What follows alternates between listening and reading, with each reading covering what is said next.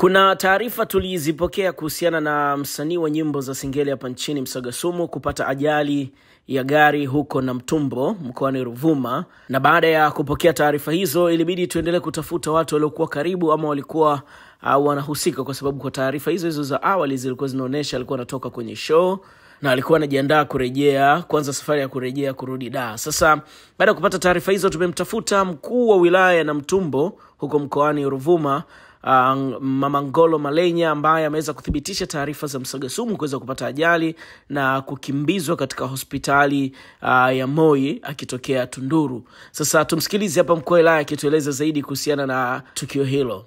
Kuja wilaya ya Namtumbo tarehe 15 mwezi wa 5 2025 kwa ajili ya kutumbuiza usiku wa mkesha wa Mwenge wa Uhuru ambao ulifika wilaya hiyo ya Namtumbo. Na baadaye tarehe 16 asubuhi baada ya kumaliza shughuli yake alianza safari kuelekea Dar es Salaam kupitia barabara ya Tunduru. Sasa walipofika tarafa ya Lufumbula, kata Mtina, kijiji cha Azimio, ndipo ajali ilipotokea.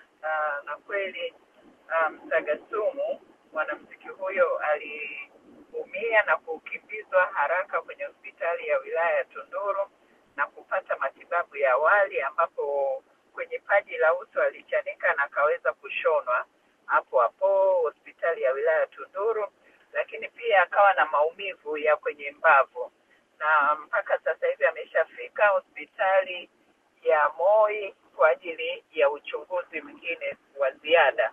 Lakini so far nimepata taarifa wanaendelea vizuri, na pia ameendelea kupata yale matibabu ya awali yameweza kumsaidia huyo mwanamuziki.